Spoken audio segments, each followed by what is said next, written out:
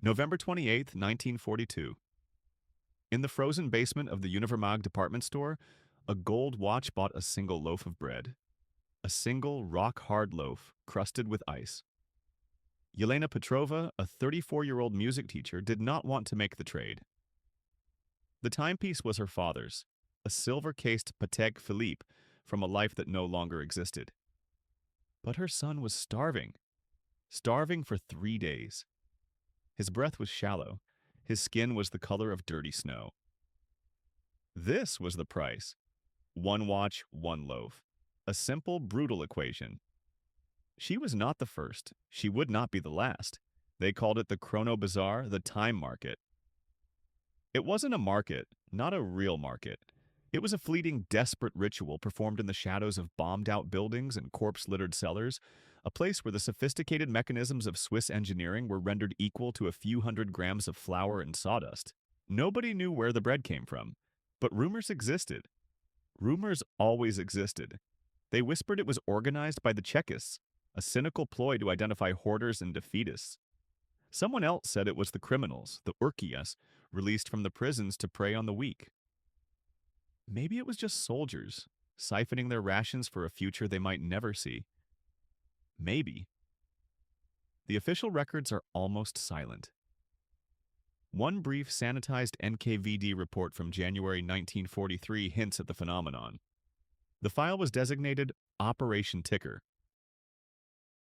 The report stated, spontaneous barter economies involving high-value personal effects are undermining state control and military discipline. It recommended immediate and severe countermeasures. But what did that mean? Who were the targets? The desperate civilians like Yelena, or the shadowy figures who held the bread? Was this chaos, or was it a system? A cruel, unofficial system born from the screech of stukas and the gnawing emptiness of a city under siege. This was the real battle of Stalingrad, a fight waged not with rifles and grenades, but with heirlooms and hunger. The following investigation pieces together the forgotten fragments, the survivor testimonies, the redacted field reports, the whispers that became legends, to expose the bizarre underground economy of survival, and to ask a terrifying question: when the world ends, what is a memory worth? September 13th, 1942. Stalingrad, Sector Central. They said the average life expectancy of a new soldier in the city was 24 hours. A single day. For a lieutenant, it was 3. The city was not a city anymore, it was a meat grinder. A colossal, sprawling abattoir of concrete and steel that consumed men by the thousand. Every day. Every single hour. The sky burned. Always burned.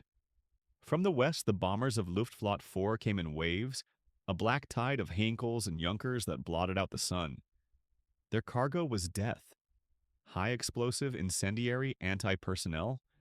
They dropped it all. They dropped it on barracks, on hospitals, on schools, on apartment blocks already hollowed out by fire. The city shuddered. The ground shook. Plaster dust fell like a constant, gentle snow, coating everything. Coating the living and the dead. Then came the Stukas, the Ju 87s. They dove almost vertically. Their sirens, the Jericho trumpets, wailed a dissonant chord of pure terror. A sound engineered to shatter nerves before the bomb shattered bone. Men on the ground flattened themselves. They clawed at the rubble, trying to merge with the earth. It was no use. The bombs fell. The earth erupted, again and again and again. The fighting was not on streets. There were no streets left. It was a war for rooms, for stairwells, for single floors and skeletal buildings. They called it Rattenkrieg. Rat War? A fitting name. Soldiers scurried through sewers, through basements, through holes blasted in apartment walls, hunting each other in the gloom. A German soldier could take a kitchen in the morning. By noon, he would be dead, and a Soviet soldier would be firing a machine gun from the same window. By evening, the kitchen would be gone, erased by a German artillery shell. That was Stalingrad. Two places became legends, not for their beauty, for their sheer, bloody-minded defiance. The first was the grain elevator, a monster of reinforced concrete. 6 stories high, its walls were feet thick, built to withstand the pressure of thousands of tons of grain. Now they withstood thousands of shells. A handful of men held it, maybe 50, maybe less. Men from the 10th NKVD Division and the 35th Guards. The Germans of the 94th Infantry Division threw everything they had at it. They sent infantry. They were cut down. They sent tanks. Their shells bounced off the concrete walls like pebbles. They sent engineers with satchel charges. The charges blew holes, but the structure held. A fortress of concrete, a fortress of grain. Inside, it was a special kind of hell. A labyrinth of chutes and silos and conveyor belts, all shrouded in darkness. Flour dust and cordite hung in the air, a choking, explosive mix. A single spark could mean annihilation. The fighting was with bayonets, with sharpened spades, with bare hands in the suffocating dark. A German report dated September 18th stated the problem plainly. The enemy is invisible. He fires from all floors, from all sides. We cannot find him. They whispered about the men inside. Phantoms. Ghosts who killed in silence. For 10 days the elevator held. 10 days. An eternity. Then there was the mill. Gerhardt's mill. Another concrete giant on the bank of the Volga. A 5-story brick building next to a concrete silo. It became a symbol. A photograph of the time, taken by a Soviet correspondent named Georgy Zelma, shows it standing alone. A broken, defiant tooth and a shattered jawline. The 42nd Guards Regiment of the 13th Guards Rifle Division held it. A platoon under Sergeant Yakov Pavlov would later famously hold a nearby apartment block, but the mill was a battle all its own. The Germans surrounded it. Panzers, infantry, flamethrowers. They attacked from 3 sides. The 4th side was the Volga, a river of fire and oil constantly shelled, the only lifeline for ammunition and the evacuation of the wounded. Wounded who rarely made it. The reports from the 62nd Army Command were terse. Staccato. Mill holding. Heavy attack on the mill repulsed. Mill requests ammunition. Mill still holding. The Germans came. Day after day, night after night. Voigt, Schmidt, Keller, Richter, Hoffman, Lang. They died in the tangled wreckage of the railway lines in front of the mill. They died trying to cross the open ground. They died at the windows, blasted back by a single well-placed grenade. A sketch was found later in a captured German NCO's logbook. Not an official map, just a frantic pencil drawing on a stained page. It showed the city center as a spiderweb of contested zones, blue for German, red for Soviet. The lines were not clean. They bled into each other. A single block might have 3 blue arrows pointing in and 2 red arrows pointing out. He had circled 2 structures. One was the grain elevator labeled Die Hölle, hell. The other was Gerhardt's mill. It was labeled Die Festung, the fortress. Below the drawing, a single sentence. Wir kämpfen jeden Stein. We fight for every stone, that was the truth. Every brick was a fortress. Every pile of rubble was a machine gun nest. Every sewer grate was an observation post. The Germans, masters of the Blitzkrieg, the lightning war of open spaces, were trapped. Trapped in a war they did not understand. A war of attrition measured in meters. A war against an enemy who would not break, who would not surrender. An enemy who seemed to rise from the very earth he was buried in. They controlled 90% of the city, 90% of a ruin. But they did not control the riverbank. They did not control the will of the men hiding in the cellars. They did not control the mill. They did not control the ghosts in the elevator. They had the body of Stalingrad. But they could not find its heart, and they could not kill its soul. Then, in late September, the first snow fell. It was premature, unseasonably early. Tiny white flakes dusted the blackened ruins, covering the corpses in a thin, clean shroud. For a few hours the city was silent. The guns were quiet. The planes were grounded. It was a false peace, a terrible, beautiful quiet. And in that quiet, rumors began. Whispers that traveled with the wounded back across the Volga. Whispers in the command bunkers. Not about survival, about something else. Something impossible. Something was happening on the far side of the river. Something big. No one knew for sure. But the whispers gave it a name. A promise. Uranus. And the siege entered its final, most terrible phase. December 9th, 1941. Leningrad. 125 grams. That was life. A slice of wet, black clay that pretended to be bread. It was not bread. It was a lie made of sawdust. A deception molded from floor sweepings. A crime against the stomach and the soul served daily. 125 grams. For a worker, an office clerk, a child, an existence measured in crumbs. The lines began before dawn. They did not form, they materialized. Ghosts in the sub-zero twilight, wrapped in every rag they owned. They stood for hours. 6 hours. 8 hours. 10. They did not speak. There was no energy for words.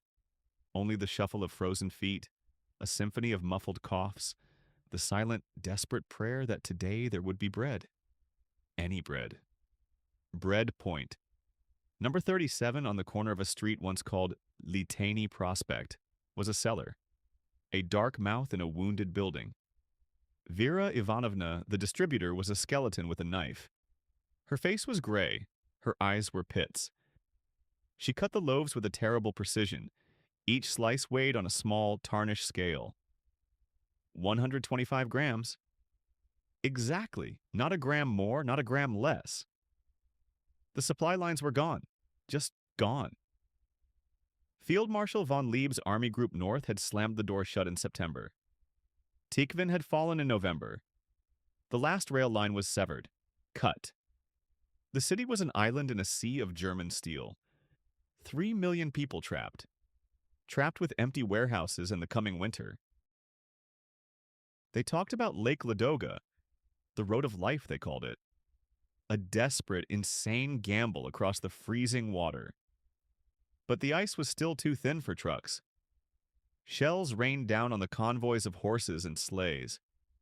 For every sack of flour that reached the city, 3 were lost to the shells, to the ice, to the pilots of the Luftwaffe. A trickle of life in an ocean of death. The road of life was a myth whispered in the breadlines, a ghost story. The folder was thin, bound in gray cardboard. It sat in a Moscow archive for 50 years. The folder was called Civilian Sustenance Report, Leningrad Front. It was not a report, it was an autopsy. The report stated the official bread composition for December 1941. Edible cellulose, 10%. Cottonseed cake, 10%. Dust sifted from the walls and beams of the Badaev warehouses, 2%. Wallpaper paste scraped from empty apartments, 3%. The rest was rye flour of the lowest possible grade. Dark. Gritty. The report did not mention the splinters of wood, the flecks of dirt, the taste of despair. In Stalingrad, they said a gold watch bought a loaf of bread. A real loaf. In Leningrad, a gold watch bought nothing. There were no loaves to buy. There were only the ration cards. The ration card was the real currency. More precious than gold, than diamonds, than memories of a life before the war. A small, flimsy rectangle of paper printed with a grid of even smaller rectangles. Each tiny square was a day, a date, a stamp for your 125 grams. Anna Petrova, a 19-year-old student from the philological faculty, kept hers tucked inside a worn copy of Pushkin. Her family's cards were there too. Her father's, her mother's, her little brother Misha's. Misha's card was smaller, a dependence card, 125 grams. The squares were cut out each day by Vera Ivanovna's scissors, a snip, a void where a date used to be. The card grew lighter, it became a skeleton, a paper lattice work of hunger. By the end of the month, it was a fragile net of nothing, a ghost of sustenance. Anna's diary. Entry for December 4th. Mother traded her wedding ring today for a spoonful of sugar. She cried as she stirred it into Misha's water. He didn't notice the taste.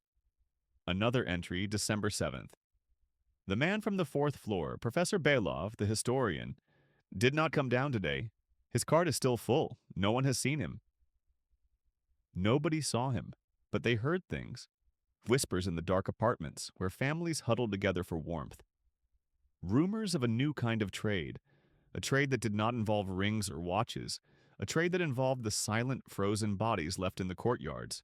The NKVD had a special unit for it, a unit that investigated the strange, sweet-smelling smoke coming from certain chimneys, a unit that listened for the wrong kind of silence in an apartment where a child had been sick. The files had names. Names you knew: Schneider, Orlov, Kuznetsov, Lisitsyn, Sokolov. Neighbors. The city was eating itself. The comparison was always there. The ghost at the feast? Leningrad. In the report smuggled to Stalin, General Zhukov was brutal. The situation in Leningrad is not critical. It is catastrophic. The soldiers at the front received 500 grams. In the rear, they received 300. In the city, behind the lines, the civilians received their block, their brick, their 125 grams. It was a calculated sacrifice, a strategic necessity. The city must hold. The cost did not matter. 600,000. That's how many died that first winter. Twice the population of Helsinki. 600,000 Leningraders. Anna Petrova's card for December had 22 empty squares. 9 to go. Misha's card lay next to hers. It had 21 empty squares. He had stopped asking for food 3 days ago. He just lay on the sofa, his eyes wide, watching the frost patterns on the window. Anna would touch his ration card. She would feel the remaining 10 squares, 10 little paper lives. The scissors at breadpoint number 37 waited. Snip. Snip. A calendar of slow, methodical death. Her last diary entry for the 9th of December was short. 4 words. Tomorrow is the 10th. January 21st, 1942. Leningrad. The ruble was not money. It was kindling. It was toilet paper if you could find it. The official economy had ceased to exist, a ghost rattling chains in the empty halls of the state bank on the Griboyedov Canal. Money could not buy bread. Money could not buy life. Money was a memory, a useless paper memory. The real currency was food, and things that could become food. The Haymarket, Sinaya Ploshchad. It was no longer a market. It was a morgue with delusions of commerce. People shuffled, ghosts in felt boots, their faces the color of old wax. They did not shout their wares, they whispered. A professor of literature, his fingers blue, offered a first edition Pushkin for a kilo of potatoes. A kilo of frozen black potatoes. A violinist from the Philharmonia, a woman who once played for Shostakovich, held out a German violin. Its price? 500 grams of bread and a tin of American lard. They brought paintings, icons, silver spoons, wedding rings, military medals. A lifetime of treasures for a day of existence. This was the new exchange, the brutal, silent exchange. There was no law, only the law of the stomach, the law of the empty, gnawing stomach. But the state disagreed. The state had its own laws. A new man arrived at the Litany Avenue headquarters of the NKVD. Captain Dmitry Volkov, age 34. Nobody knew where he came from.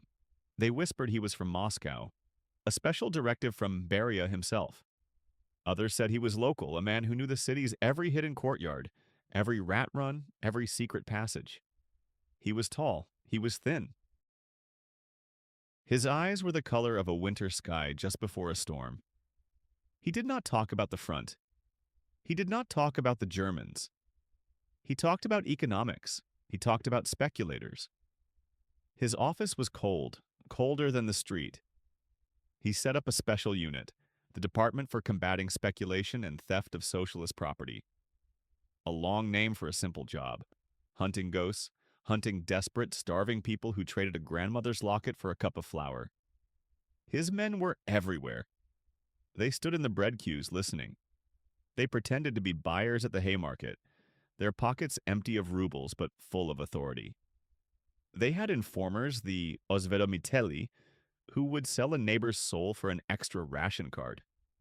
The penalty was simple: 10 years in the camps.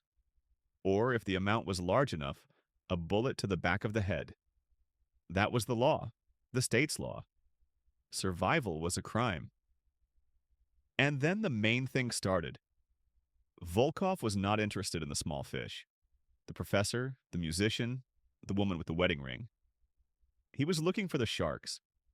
The ones who had real supplies, not just a stolen loaf, but sacks of flour, cases of canned meat, sugar, real sugar, not saccharin. Where did it come from? Maybe from military depots? Maybe from barges that secretly unloaded at night? Maybe from the Badaevsky warehouses, from stocks the fire supposedly destroyed. Rumors existed. Rumors are always a good place to start an investigation. The folder was laid on his desk on a Tuesday. It was thin, brown cardboard, stamped Top Secret Speculation. The folder was called Case File 734, The Baker's Ring. Inside, the story was simple. A baker, Grigory Fyodorov, age 48, lived on the Petrograd side. He ran a state bakery number 12. He was caught. Not at the Haymarket. He was too smart for that. He was caught in his own apartment. An informant's tip. They found 20 kilograms of rye flour, 2 kilograms of sugar, and a small wooden box. Inside the box were 3 gold watches, a diamond brooch, and a dozen Tsarist-era gold 10-ruble coins. A fortune. An impossible fortune. Fyodorov did not talk. Not at first. But men like Volkov had ways. The report, typed on thin gray paper, stated, "Subject confessed to exchanging surplus bread for valuables." Surplus bread. In a city where 125 grams was the price of life. Where did a state baker get surplus bread? He was skimming. A few grams from every loaf baked. 100 loaves, a few extra grams. 1,000 loaves, a few kilos. Over a month, it added up. Simple theft, simple speculation, open and shut. But Volkov did not close the file. He kept reading.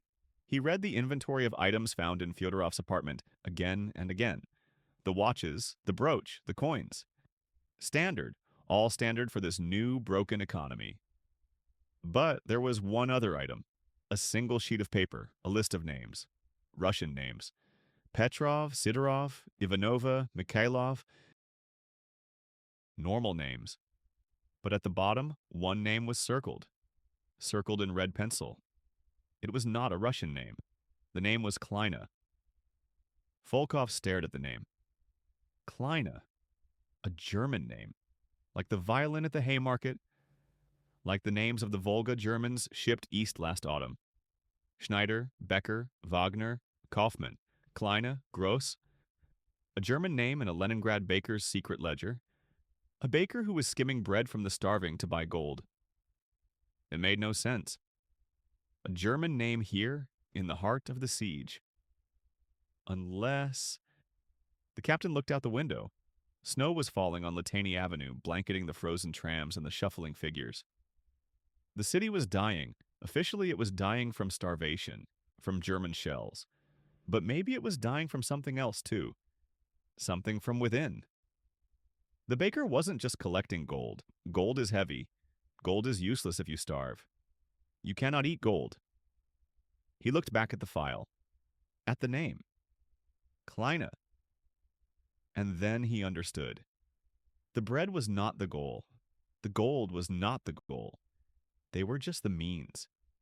The mechanism. A way to move something far more valuable than food. Something that weighed nothing at all. This was not about survival. Not anymore. This was about something else entirely. January 21st, 1942. Leningrad. The ruble was not money, it was kindling. It was toilet paper if you could find it. The official economy had ceased to exist, a ghost rattling chains of worthless paper in the empty vaults of the Gosbank. Money was a memory, a joke told by starving comedians in frozen apartments. But a new economy had risen from its corpse, a brutal, silent, and terribly honest economy. An economy of survival. This new market had a name. They whispered it. The Tolkuchka, the Jostle Market. It had no address, no director, no official hours. It was a phantom that materialized in the gray, frozen dawn at the Haymarket. Sinaya Ploshchad, a place of ghosts. Ghosts trading with other ghosts for the faintest chance of life. There were no bright stalls here, no shouting vendors. Just clusters of dark figures huddled against the wind, their faces wrapped in rags until only their eyes showed. Eyes that scanned, judged, and calculated. The air was thick with the silent language of desperation. A flick of the wrist, a quick veiled glance into a mitten. A subtle nod. That's how it began. Time was worthless. But the machine that told it was not. The watch. The humble wristwatch, the ornate pocket watch, the family heirloom. It became the new gold, the new dollar, the new mark. It was dense, portable, universally understood. A man might not know the value of a pre-revolutionary painting, but he knew the heft of gold. He knew the intricate beauty of a Swiss movement. A report from the Leningrad NKVD, Folder 7B, codenamed TikTok, stated it plainly. The primary medium of exchange for illicit foodstuffs is no longer the state-issued ruble, but foreign and pre-revolutionary timepieces. The value is determined not by sentiment, but by material composition and brand recognition. Gold, silver, steel. Patek Philippe, Vacheron Constantin, Omega, Longines. These were the blue-chip stocks of the siege. Below them came the Soviet brands. Pobeda, Kirovsky, Moskva, Zvezda. Common currency for the common man. The traders were a new, grim aristocracy. They weren't bakers or farmers. They were men with access. Men with connections to the warehouses, to the military kitchens, to the delivery trucks that sometimes went astray. Men like the one they called the bookkeeper. No one knew his real name. He operated from the shadow of a bombed-out archway, a small, neat man in a surprisingly clean coat. He never haggled, he simply looked. He would take a watch into his gloved hand, open the back with a small, specialized knife, and stare at the movement. A single long look. Then he would state his price. A loaf of bread, 2 loaves, a small bag of frozen potatoes, hard as rocks. There was no appeal. His word was final. He was the bank, the stock exchange, the Federal Reserve of this frozen hell. Anna Petrovna, the 40-year-old widow of a university professor, stood before him. In her hand, wrapped in a handkerchief, was her husband's watch. A gold Tissot, a gift from a symposium in Geneva years ago. A lifetime ago.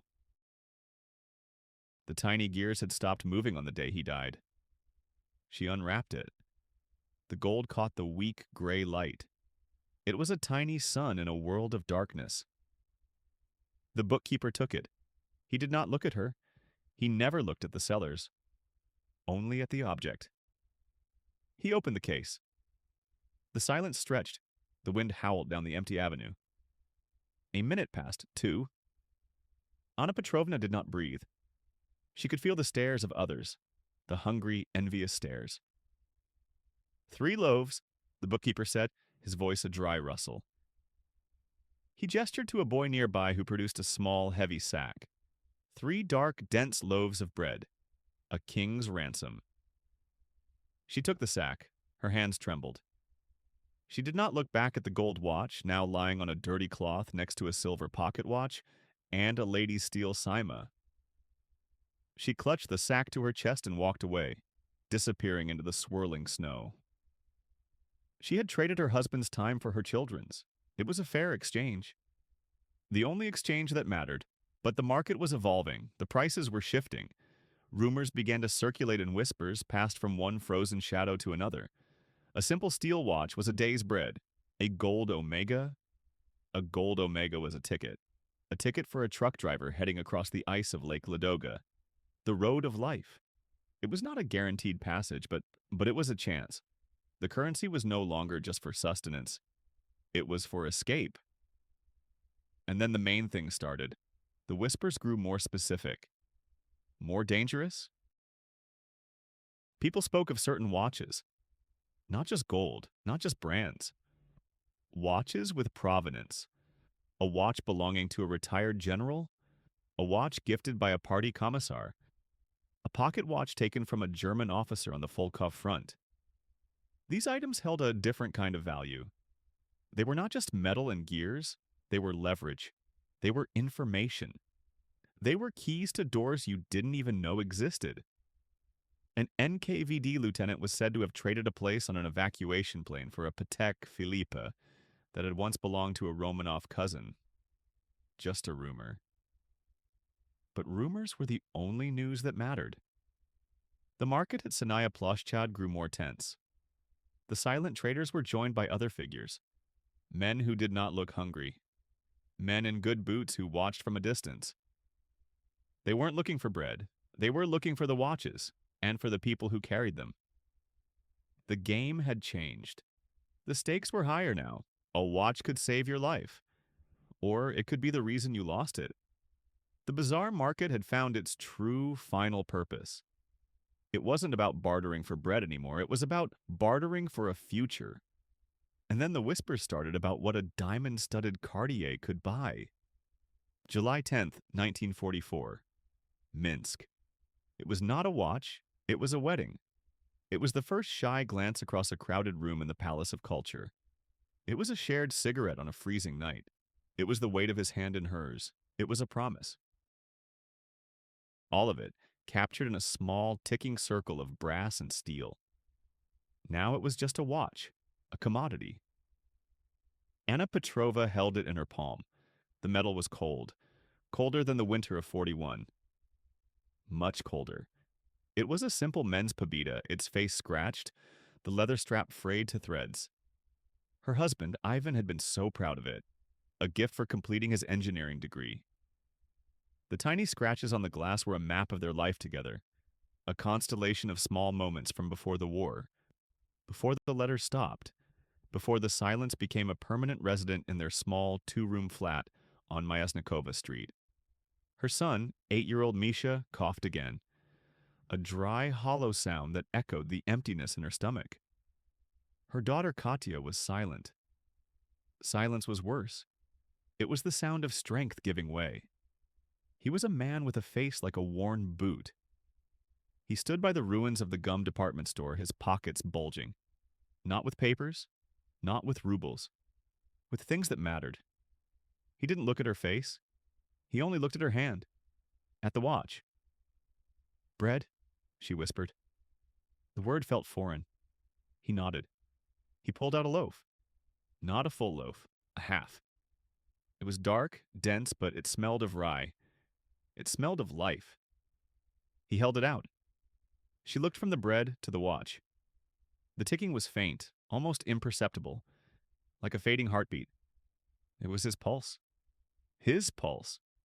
For a moment, she thought she couldn't do it. It was like burying him a second time. Misha coughed. The trade was made. No words, just a quick, furtive exchange. Her husband's entire existence for half a loaf of bread. She ran. She did not look back. She ran, clutching the bread to her chest like a newborn child. It was a fair trade. Her children would eat tonight. It was a monstrous trade. She had sold the last piece of her husband. That was the human dimension. In the Central Archive of Personal Testimonies, Sector K, her story is just one page. One page in a folder thick with them. The folder is called Barter Personal Effects, File 734B. It is filled with these ghosts. Ghosts of promises, of memories, of love, all melted down into the simple, brutal calculus of survival. A watch for bread, a ring for potatoes, a locket for a handful of salt. Always a trade down. always a piece of the soul for a piece of the body. The stories are not all of mothers. They whispered about the soldiers, the frontoviki. The report of Private Dmitry Volkov, 19 years old, 3rd Belarusian Front. He was not starving, not him. But his friend Sergei was bleeding out in a ditch after a skirmish near the Berezina River. The medic had nothing but dirty rags. Dmitri had a watch, a German Doxa, gold-plated. He had pulled it from the wrist of a dead Oberleutnant outside Oral. The German had been young, too. Blonde hair, clean-shaven, a picture of a woman in his pocket. Dmitri didn't think about that. He couldn't.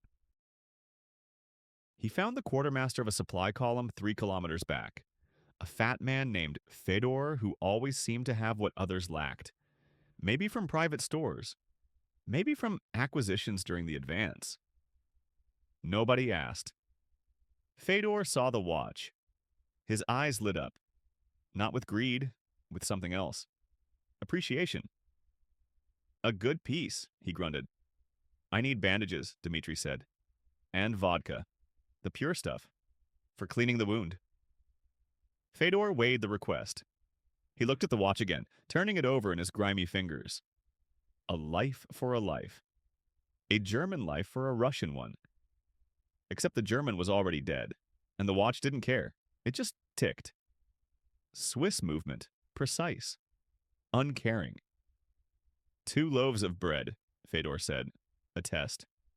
Bandages and vodka, Dmitri repeated. His voice was flat, cold, the sound of the front line. The deal was struck. The Doxa watch, which a young German officer probably received for his birthday, was traded for 2 rolls of clean bandages, a flask of samogon, and a single loaf of bread. Sergei lived. Dmitri never spoke of it again. He was listed in the file. So was Fedor. So was the watch. The file contains hundreds of such entries. Small, desperate dramas played out in the shadow of history. A university professor in Kharkiv trading a family heirloom, a gold pocket watch passed down from the time of the Tsar, for 3 kilograms of flour and a sack of withered carrots. A soldier bartering a cheap tin watch he'd won in a card game for a pair of dry boots. Names, dates, places. Schneider, Becker, Wagner, Kaufmann, Orlov, Sokolov, Ivanov. The names blur together. The desperation is always the same. Sharp, clear, a physical presence. These were not villains and heroes. They were just people. The man with the boot leather face in Minsk, the fat quartermaster Fedor. They were not evil. They were survivors. They understood the new currency, the currency of need. In a world where a man's life was worth less than a bullet, a watch was a miracle. It was portable wealth. It was a universal language. German, Russian, Swiss, it did not matter. A watch was a watch. It was a chance. Everyone was a survivor or a corpse. And then the main thing started. Most entries in file 734B are singular. A watch appears once, traded, and vanishes into the fog of war, consumed.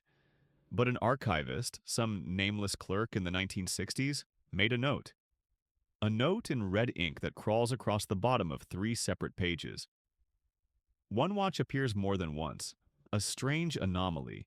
It was a woman's watch, silver, delicate. A Swiss maker nobody recognized. It had a tiny blue sapphire set into the winding crown, an engraving on the back, just initials.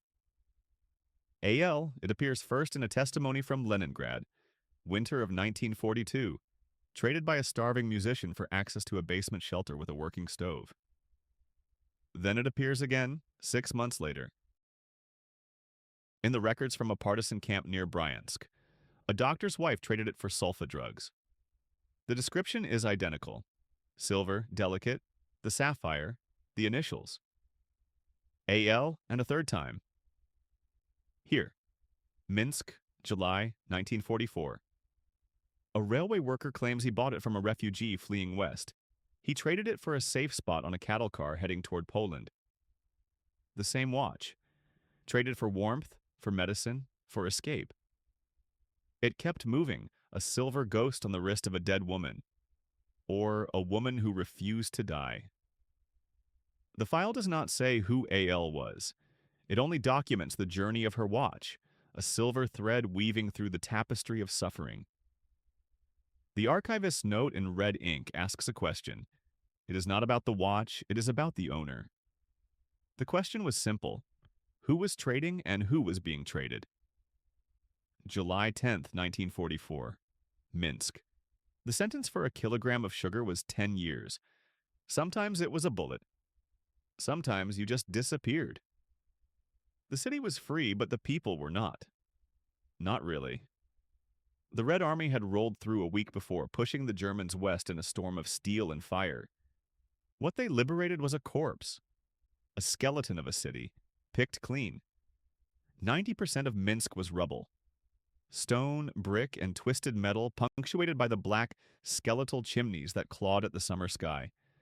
But people were emerging, crawling from cellars and ruins, returning from the forest where they had hidden with the partisans. They were ghosts haunting their own homes, and they were hungry, terribly hungry.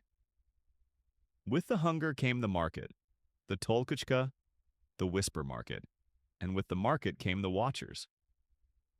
They did not wear the crisp uniforms of the army.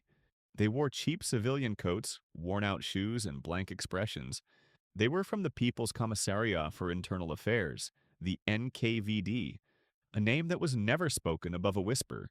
They were the state's immune system, and the black market was a fever, a sickness to be purged. Their department had a long bureaucratic name, the Department for Combating the Theft of Socialist Property and Speculation, OBKHSS. But nobody used that name. They were simply the economic police, the hunters. They were everywhere, and they saw everything. They saw the old woman who traded a silver icon of St. Nicholas for a sack of potatoes in the shadow of the gutted government house. They heard the wounded veteran on crutches who offered his medal for the defense of Stalingrad for a few cigarettes. They noted the railway worker who siphoned alcohol from a freight car and the baker who skimmed flour from the state allotment. They saw the furtive glance, the quick exchange, the bulge under a coat, the too healthy face in a crowd of skeletal ones. They watched the markets, the bread lines, the water pumps, the makeshift clinics, listened, and wrote everything down. The folder was labeled Case File 41B, Economic Counter-Revolutionaries. That was the official term.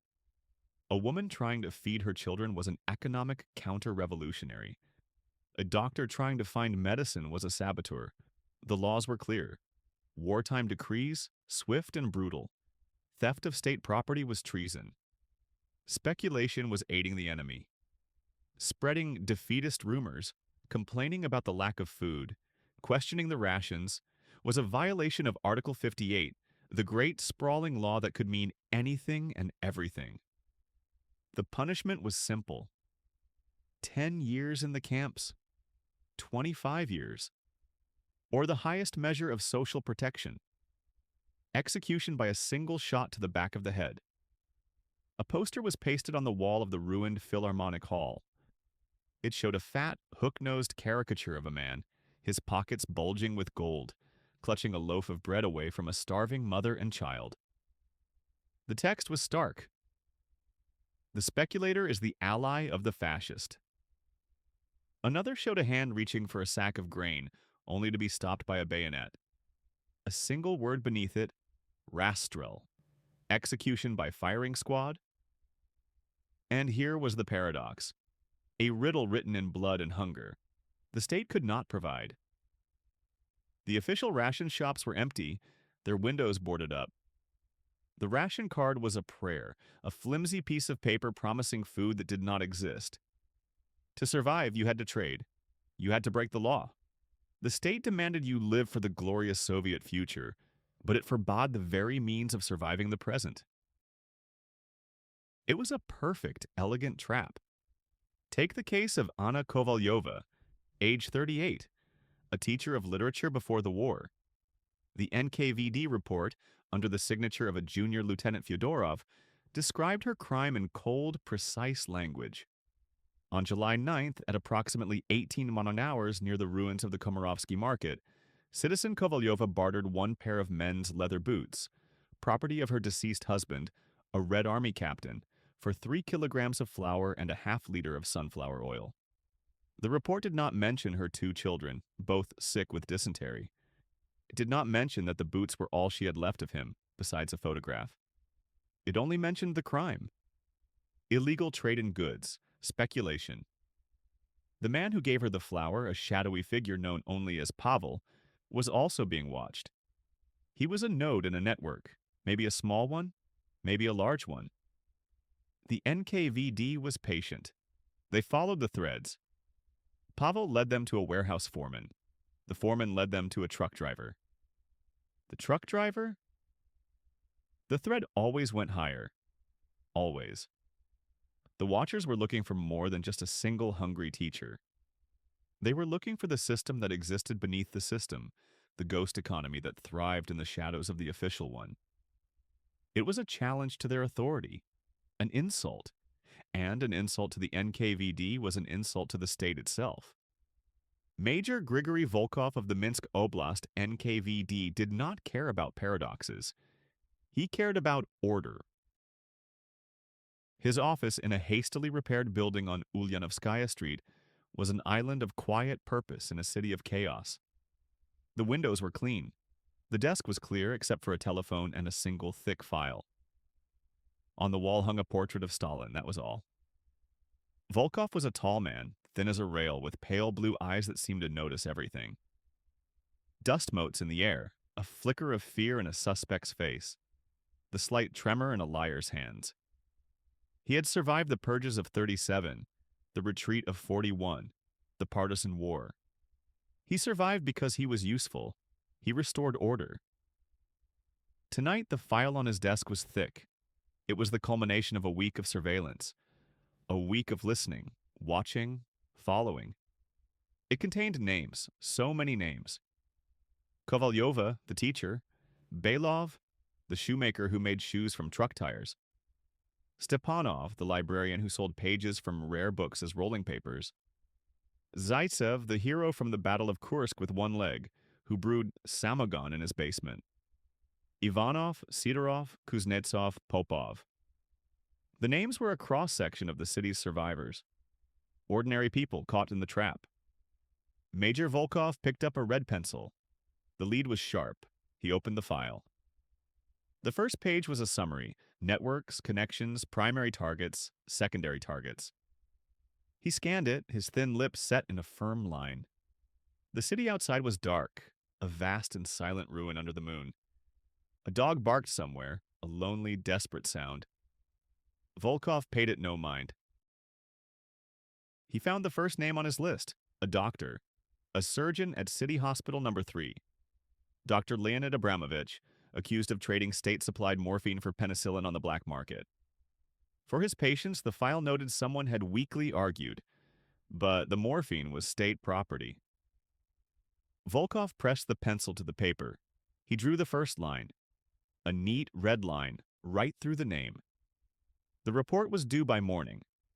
October 5th, 2003. St. Petersburg, Russia. The bread is gone. The watches are gone. The city no longer starves. But the memory has a weight, a physical weight. You can feel it in the autumn air off the Neva, a cold spot where something used to be. History is not the past. It is a ghost that eats at the present. The Watch for Bread market was never a place on a map. It was a state of being, a final station of the human soul before the abyss. It was the moment civilization took off its own face and stared at the skull beneath. Stared and did not blink. It was desperation. Of course, it was desperation. The slow, grinding calculus of hunger. The body eating itself. The mind eating itself. But it was also resilience. A stubborn, profane refusal to simply lie down and die. To trade a ring was not just to surrender a memory. It was to bargain. It was to fight. It was to declare that your life right now, this miserable breath, was worth more than a piece of gold passed down from a dead grandmother. more than a medal earned with blood, more than love itself. It was the ultimate assertion of the self. I am, and I will be for one more day, one more crust of bread, a watch for bread, a ring for bread, a soul for bread. In the Central State Archive of Literature and Art, there is a folder. It was sealed until 1991. The folder is called Blockade Sketches, Unclassified. Inside on brittle foxed paper is the work of Victor Orlov. Nobody knows Victor Orlov. He was not a member of the Union of Artists. He was a theatrical set designer for the Mali Theater before the war. He died in February of 1942. Malnutrition. Scurvy.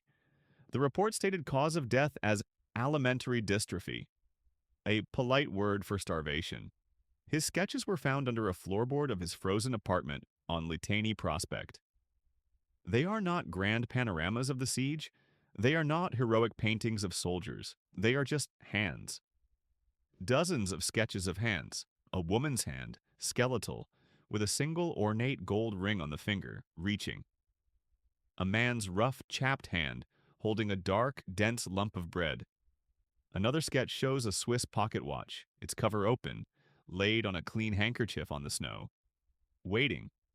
The hands are never shown touching. There is always a space between them.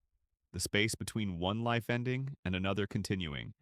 A small, handwritten note in the margin of one drawing. It says, "The mechanism stops. The heart continues, for now." That's how the horror was recorded. And then there is the photograph. It has no official name. The archivists call it the Exchange.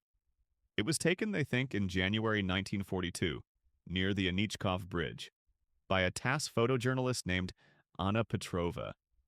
She was 24 years old. The image is a masterpiece of accidental art. A ghost caught on film. It is blurry, grainy, shot from a distance. The figure's haloed by the weak winter light. A tall figure in a long coat holds out a small, dark object. A shorter figure, wrapped in a woman's shawl, offers a pocket watch, dangling from a chain. You cannot see their faces. One is lost in the shadow of a hat. The other is turned away. They are everyone. They are no one. Nobody knows what happened to Anna Petrova. Her records stop in March 1942. Some say she was arrested for pessimistic representations of Soviet reality, a dangerous crime. Others whisper she traded her F-Ed camera for 2 loaves of bread and a handful of sugar. The camera that took the most important photograph of the siege, a final, desperate trade. The truth is gone. Only the rumor remains. The rumor and the blurry, silent photograph. It was never published in her lifetime. It was a secret, a sin. Now it is art.